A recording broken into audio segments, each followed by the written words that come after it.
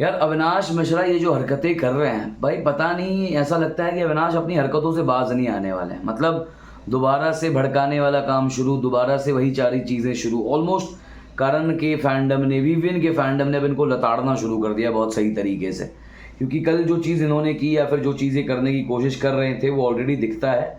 सबसे पहले तो नमस्कार, स्वागत है आप सभी का। आप देख रहे हैं फीफा फूज, मेरा नाम गणेश कांदू है।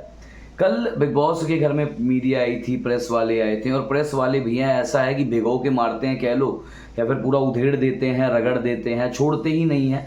बहुत सारी चीज़ें हैं जो कि हमको सुनने को मिली, हमने देखी भी है ना। बाकी एक चीज़ जो मेरे मन ही मन में बहुत ज़्यादा खटकी वो ये थी कि भाई इतना ज़्यादा घमंड अविनाश का क्यों है। मतलब मुझे लगता है कि करण और विवियन से कम ही काम किया होगा अभी तक अविनाश ने, और इंडस्ट्री में अविनाश और विवियन से तो कम ही टाइम हुआ होगा इनको आके। लेकिन जो घमंड ये दिखा रहे थे कल, वो मेरे को लगा कि अविनाश और बोलता ना विवियन और करण से भी ज़्यादा था। वो तो चलिए ठीक बात की बात, लेकिन जिस तरीके से अविनाश का जवाब देने का तरीका था वो भी बहुत अलग था, बहुत गलत लगा मुझे, पता नहीं क्यों। बट हो सकता है कि भाई बाकी लोगों को पसंद आया हो, बाकी लोगों के ओपिनियंस बहुत सही हो।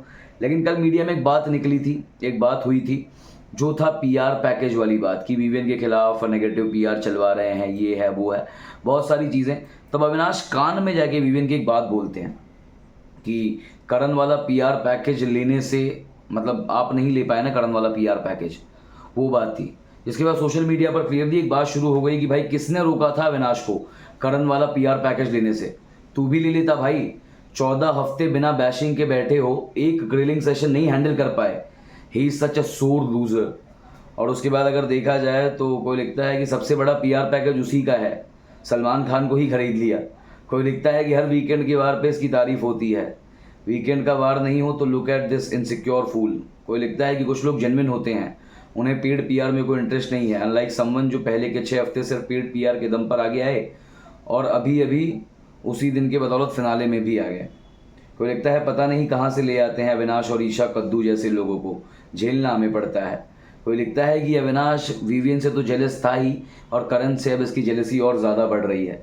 और वैसे भी कल हमारी मैम यानी कि सरिता जी ने एक सवाल तो बहुत क्लियरली कह भी दिया। सरिता सिंह की बात मतलब सच बोल पट्टा जो इस्तेमाल किया जाता है बेसिकली। और इन्होंने क्लियरली कहा कि अविनाश आपको लगता है कि करण आपको घोड़े पर ले जाते थे, लेकिन अविनाश आपको लगता है कि आप करण को घोड़े पर ले जाते थे, लेकिन असलियत में वो करण थे जो आपको घोड़े पर ले जाते थे। मे भी शायद उसके बाद भी अगर इनका दिमाग नहीं खुल रहा है, इनके जो प्राण चक्षु हैं वो नहीं समझ पा रहे हैं, इनका जो दिमाग वाला जो चक्षु है वो खुल नहीं पा रहा है, तो कुछ तो दिक्कत है गुरु। बाकी ये जो भड़काने का कोशिश कर रहे हैं, विवियन के फैंस और करण के फैंस दोनों ही इन पे भड़क रहे हैं कि भाई अब तो सुधर जा, फिनाले करीब है, अब भी तू भड़का रहा है, अब भी गैस लाइटिंग वाला गेम खेल रहा है। फिलहाल इस पर आप लोग की क्या राय है ज़रूर बताएगा हमारे कमेंट सेक्शन में लिखकर। मिलते हैं आप सभी से अगले वीडियो में। धन्यवाद।